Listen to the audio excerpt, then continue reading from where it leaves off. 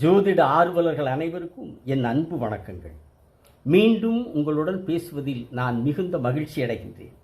இன்று உங்களுடன் குரு சுக்கிரன் கிரக இணைவை பற்றி பேசுகிறேன். அதற்கு முன்னால் என்னை பாராட்டி பதிவிட்ட அனைத்து உயர்ந்த உள்ளங்களுக்கும் என் தலைதாழ்ந்த வணக்கங்களையும் என் நெஞ்சார்ந்த நன்றிகளையும் காணிக்கையாக்கிக் கொள்கின்றேன்.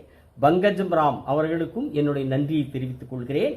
அதே போல நலம்வாழ ஈஸ்வரி என்பவர் ஒரு கருத்தை பதிவிட்டிருந்தார். தவறான கமெண்ட் செய்பவர்களுக்கு நீங்கள் விளக்கம் கொடுக்க ஆரம்பித்தால் அதற்கு முடிவே இருக்காது. உங்களுடைய விளக்கங்கள் மிகவும் அருமையாக இருக்கிறது, தொடருங்கள் உங்கள் பணியை என்று கருத்தை பதிவிட்டிருந்தார். அந்த நலம்வாழ ஈஸ்வரி அவர்களின் கருத்தை நான் கருத்தாக ஏற்றுக்கொள்ளவில்லை, எனக்கு தந்த அறிவுரையாக ஏற்றுக்கொள்கிறேன் என்று கனிவுடன் சொல்லிக்கொண்டு குரு சுக்கிரன் இணைவை குறித்து உங்களுடன் கலந்துரையாடுகிறேன். நம்ம ஊரில் ஒரு சொல்லை நீங்கள் அடிக்கடி கேட்டிருப்பீங்க. என்னன்னா, இங்கே பார், கிழக்க உதிக்கிற சூரியன் மேற்கு உதிச்சாலும் சரி, நான் சொன்னது தான் அப்படின்னு அடிக்கடி ஒரு சொல்ல எல்லாருமே சொல்கிறத கேட்டிருப்பீங்க. ஆனால் பூமி கிரகத்தில் வாழக்கூடிய நாம் இங்கே சொல்கிற அந்த சொல்லை சுக்கிரன் கிரகத்தில் போய் ஒரு பேச்சுக்கு வாழ்கிறேன்னு வைங்க, அங்கே சொல்ல முடியாது. ஏன் தெரியுங்களா? கிழக்க உதிக்கிற சூரியன் மேற்கு உதிச்சாலும் சரி, நான் சொன்னதான் அங்கே சொல்ல முடியாது. ஏன்னா அங்கே சூரியன் மேற்கே தான் உதிப்பார், மேற்க தான் அங்கே சுக்கிரன் கிரகத்தில் உதிப்பார்.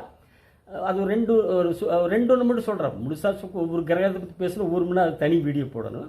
அந்த சுக்கிரன் கிரகத்திற்குள்ளே இமயத்தின் சிகரத்தை விட எவரெஸ்ட் சிகரத்தை விட உயர்ந்த மலை இருக்கிறது. இமயத்தின் எவரெஸ்ட் சிகரம் 10,100 மீட்டர். சுக்கிரன் கிரகத்திற்குள்ளே இருக்கிற மலையின் உயரம் 10,800 மீட்டர். அந்த சுக்கிரன் கிரகத்திற்குள் 40 எரிமலைகள் இருக்கிறது. சூரியனில் இருந்து 10.25 கோடி கிலோமீட்டர் தொலைவில் சூரியனை சுக்கிரன் வேகமாக சுற்றி வருகிற அமைப்பில் கடவுள் படைத்திருக்கிறார். சூரியனில் இருந்து 78 கோடி கிலோமீட்டர் தொலைவில் குரு பகவான் சூரியனை சுற்றி வருகிற மாதிரி கடவுள் படைத்திருக்கிறார். இருக்கிற கிரகங்களில் சூரியனுக்கு அடுத்த நிலையில் மிகப்பெரிய கிரகம் குரு பகவான். எல்லா கிரகங்களையும் சூரியனை தவிர எல்லா கிரகங்களையும் ஒரு தராசில் ஒரு தட்டிலே வைத்து இன்னொரு தட்டிலே குரு பகவானை வைத்தால் அத்தனை கிரகங்களுக்கும் சமமான வெயிட்டோடு, அளவோடு, கனத்தோடு குரு இருப்பார். அவ்வளவு பெரிய கிரகம். இன்னும் சொல்ல போனா நம்ம பூமி இருக்குதாரு, பூமி, இந்த பூமி மாதிரி 1300 பூமிகளை கொண்டு போய் குரு என்கிற கிரகத்துக்குள்ள போட்டுடலாம். 1300 பூமியை கொண்டு போய் குரு கிரகத்துக்குள்ள போட்டுடலாம். அவ்வளவு பெரிய கிரகம் அது. வாயு கிரகம் உள்ள போட்டால் எது போட்டால் உள்ள போயிடும். நீங்கள் இங்கே குரு கிரகத்தை பூமி கொண்டு வரேன்னு வைங்க, கொண்டு வந்து சேர்த்தும் போது அவ்வளோ பெரிய கிரகம், ஆனால் ஒரு துளியும் கூட இருக்காது. இந்த ஐஸை வெயில் வச்சா உருகி வெறும் குச்சி இருக்குது பாருங்க, அது குச்சியும் கூட இருக்காது. தெரியுங்களா இல்லைங்களா? இப்போது ஒரு சின்ன கல் கைக்குள்ள வச்சுருக்கிறோம். அது இப்படி அப்படி இருக்கணும்னா அந்த கல்லாகவே இருக்கும். ஆனால் குரு பஞ்சு மிட்டாய், பெரிய பஞ்சு மிட்டாய் கையில் வச்சு அமுத்துனா அப்படி சல்லுன்னு ஒரு சின்ன குட்டி பஞ்சு மிட்டாய் ஆயிருமல்லவா? ஆனால் பூமி கொண்டு வந்தால் ஒன்றுமே இருக்காது, அது கூட இருக்காது. குருவும் சனியும் வாயு கிரகங்கள், சரிங்களா? அந்த குருவும் இந்த சுக்கிரனும் தான் மனித குலத்தினுடைய உருவாக்கத்திற்கு காரணம். இந்த குருவும் சுக்கிரனும் இல்லை என்றால் மனித குலம் இல்லை. அந்த குருவனுடைய கதிர்வீச்சு, ஒளி வீச்சினுடைய தன்மையால் தான் ஆணுக்கு பெண்ணின் மீது ஈர்ப்பும் பெண்ணுக்கு ஆணின் மீதும் ஏற்பட்டு உடல் ரீதியாக இணைய வைக்கிறார் சுக்கிரன், அந்த ஒளிக்கதிர். அப்படி இணைந்தால்தான் குரு அவருடைய கதிர்வீச்சு ஒளிவீச்சினால் ஒரு பெண்ணினுடைய கருவறையில் குழந்தை உருவாக்குகிறார். அதனாலே தான் மனித இனம் இன்றும் தொடர்ந்து வளர்ந்து வாழ்ந்து கொண்டிருக்கிறது. இதெல்லாம் எப்படி அப்படின்னு எல்லாத்துக்கும் அந்த கேள்வி வந்திருக்கு. என்ன கிரகங்கள் அப்படி இருக்கு, அவ்வளவு தொலைவில் இருக்கு, இந்த அமைப்பில் இருக்கு, இப்படி சுத்துது, இந்த கிரகங்கள் மூலமா இந்த உலகத்தில் பூமியில இந்த உயிரினத்துக்கு இதெல்லாம் நடக்குது, இதெல்லாம் எப்படி? இந்த கேள்வியை உலகத்தில் எல்லாரும் கேட்டாச்சு. எத்தனையோ பெரிய மேதைகள், ஞானிகள், மகான்கள் கேட்டவங்கெல்லாம் கிளம்பி போயிட்டே இருக்கிறாங்க. போயிட்டாங்க, போயிட்டும் இருப்பாங்க. ஆனால் அதுக்குண்டான பதில் இதுவரைக்கும் இல்லை. கேள்வி இருந்து கொண்டே இருக்கும். இன்னும் மனித இனம் இந்த கேள்வி கேட்டுக்கொண்டே இருக்கும். அதற்கு விடை கிடைக்காது. மனித அறிவின் எல்லை அவ்வளவுதான். விஞ்ஞான அறிவின் எல்லையே யுரேனஸோட முடிஞ்சிருச்சு. சனி, நெப்டியூன், அதுக்கு லாஸ்டா யுரேனஸ். அதுக்கப்புறம் என்னங்கிறது விஞ்ஞானிகளுக்கு தெரியல.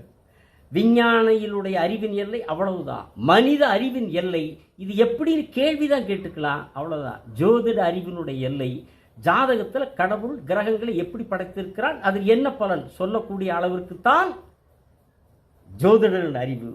மொத்த மனிதனுடைய அறிவுக்கு எட்டாத விடைதான் இது எப்படி என்கிற கேள்விக்கான விடை என்று கூறிவிட்டு இந்த குரு சுக்கிரன் இணைவுக்கான பலன்களை சொல்லுகிறேன்.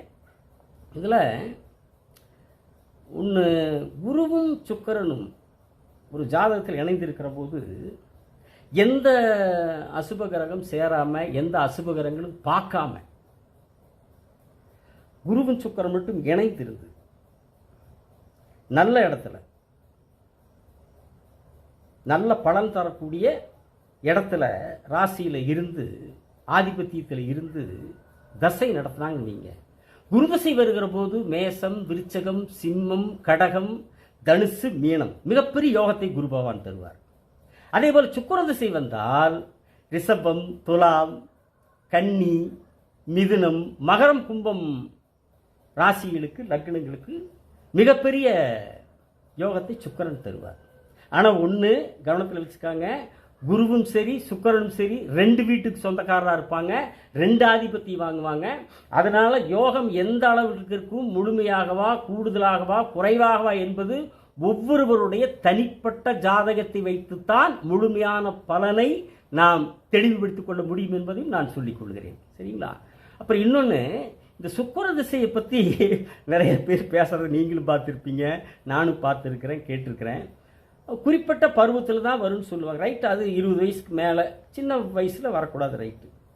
ஆனால் 50 வயசு, 60 வயசுல, 70 வயசுல சுக்கிர திசை வந்து அது எனத்துக்கு வந்தது என்ன பிரயோஜனம்?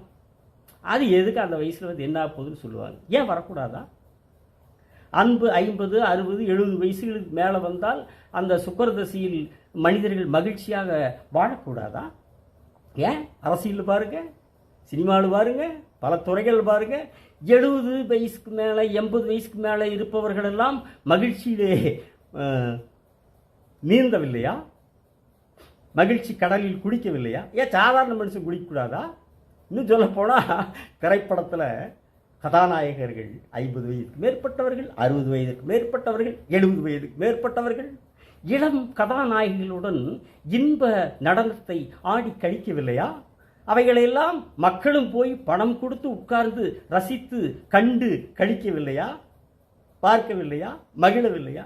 சாதாரண மனுஷனுக்கு ஏன் அந்த மகிழ்ச்சி இருக்கக்கூடாதா, வரக்கூடாதா? அப்புறம் இன்னொன்று, அந்த கட்டத்தில் ஒரு செல்வம் வரக்கூடிய ஒரு யோக தசை வந்தால் நல்லது தானே. போகிற காலத்துலையாவது நிம்மதியாக போய் செய்வாங்க இல்லையா? அது இன்னைக்கு போயிட்டுருக்கிற காலகட்டத்தில் குறிப்பிட்ட கொஞ்சம் பேர் பெற்றோர் நல்லா பார்த்துக்கிறாங்க. ஆனால் பெரும்பாலும் வயசான காலத்தில் காசு இல்லைன்னா தெருவில் செத்து கிடக்கிற நாய்க்கு உண்டான மரியாதை கொடுப்பாங்க. ஏதோ 70-80 வயசில் அப்படி ஒரு செல்வம் தரக்கூடிய ஒரு யோக தசை வந்து அவங்களுக்கு கொஞ்சம் பணம் வந்து அந்த காசுக்கு வேண்டியாவது சொந்த பந்தம் உற்றார் உறவினரெல்லாம் அவங்கள பார்த்துக்குவாங்கல்லவா, போகும்போதாவது நிம்மதியாக போய் சேர்த்து. சரிங்களா? சரி, இது தசாபுத்தி, குரு சுக்கிரன் தசாபுத்தி வருகிற போது நல்ல நிலையில் இருந்தால் யோகங்களை தருவார்கள். அதே அந்த குருவும் சுக்கிரனும் வாழ்நாள் முழுவதும் தருகிற காரகத்துவ பலன் அதை உங்களோடு பகிர்ந்து கொள்கிறேன். ஜாதகருக்கு வாழ்நாள் முழுவதும் பண கஷ்டமே வராது. குரு சுக்கிரன் இணைஞ்சிருந்தா ஒரு ராசியில் தேவையான பணம் எப்பவுமே இருக்கும். அது எத்தனை துன்பமான கஷ்டமான தசை வந்தாலும் என்ன தேவை அதுக்கு உண்டான பணம் இருக்கும். என்ன தேவை?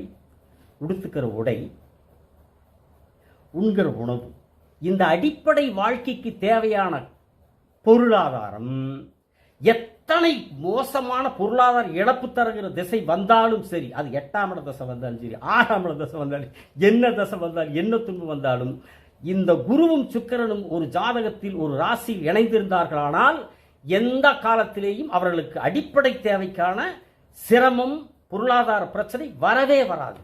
அது மட்டுமல்ல, அந்த பணம் எப்படி இருந்தால் வரும். ஆனால் எப்படி வரும்? நல்ல வழியிலே தான் வரும். நல்ல வழியிலே தான் குரு சுக்கிரன் இணைந்திருப்பவர்கள் பொருளாதாரத்தை தேடுவார்கள். குறுக்கு வழியில் காசு வாங்க மாட்டாங்க, சம்பாதிக்க மாட்டாங்க. தங்களுடைய திறமையின் மூலம், தங்களுடைய உழைப்பின் மூலம் தான் அந்த பணத்தை, பொருளை தேடுவார்களே தவிர தப்பான வழியில் 10 பைசா சம்பாதிக்க மாட்டாங்க. நேர் வழியிலே தான். ஏன்னா குரு அப்படித்தான் நடத்துவார். எங்கேயுமே தன்னுடைய கௌரவத்தை விட்டுக்கு தர மாட்டாங்க, இழக்க மாட்டாங்க. கௌரவம்னா தலைக்கணம் அல்ல, தனக்குண்டான மரியாதை. குரு என்றாலே சமூகத்தில் கௌரவமான நிலைக்குரியவர், கௌரவத்தின் காரணகர்த்தா, கண்ணியத்தின் காரணகர்த்தா குரு. அதனால குரு சுக்கிரன் சேர்ந்திருந்தா அவங்ககிட்ட நல்ல திறமையும் இருக்கும், கலையாற்றல் இருக்கும்.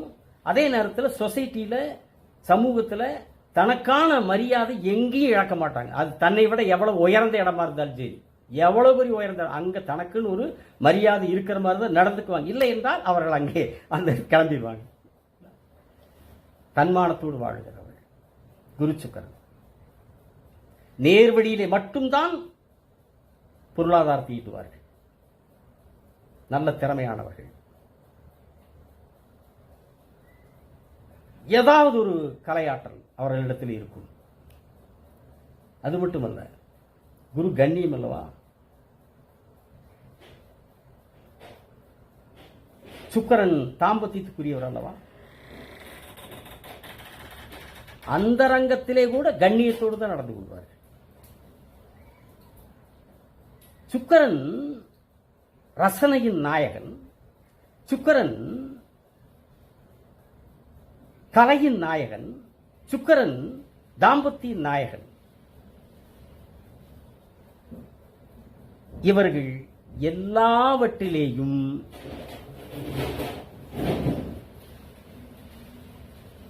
ரசனையுடனும்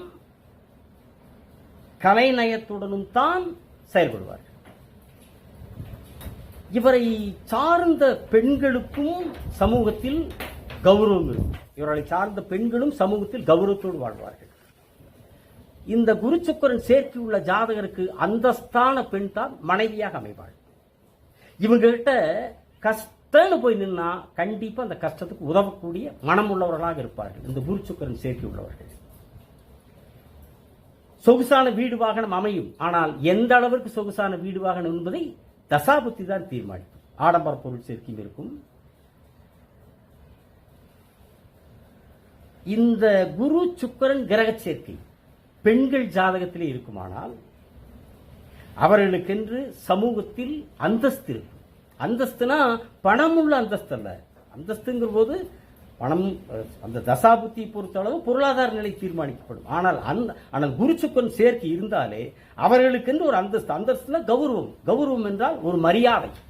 அவர்களுடைய திறமைக்கோ, அவர்களுடைய வாழ்க்கையினுடைய நெறிகளுக்கோ, அறச்செயல்களுக்கோ, நன்னடத்தைகளுக்கோ, ஏதாவது அவர்களுடைய குடும்பத்தினுடைய அமைப்புக்கோ ஏதாவது ஒரு காரணத்துக்காகவாவது சமூகத்தில் குரு சுக்கிரன் சேர்க்கையுள்ள பெண் ஜாதகர்களுக்கு அவர்களுக்கென்று ஒரு தனி அந்தஸ்து சமுதாயத்தில் இருக்கும் என்பதை உங்களிடத்திலே அன்புடன் கூறி, அடுத்த காணொளியில் குரு சனி என்கிற கிரக சேர்க்கையில் குரு பகவான் சனி பகவான் இருவரும் இணைந்திருந்தால் என்ன பலன்கள் என்கிற கருத்துக்களுடன் உங்களோடு கலந்துரையாடுகிறேன் என்று அன்புடன் சொல்லி, எப்பொழுதும் போல் இப்பொழுதும் வேண்டுகோள், மறவாமல் சப்ஸ்கிரைப் செய்யுங்கள், பெல் பட்டனை அழுத்துங்கள், ஷேர் செய்யுங்கள் என்று உங்களை எல்லாம் அன்புடன் கேட்டு விடைபெறுகின்றேன்.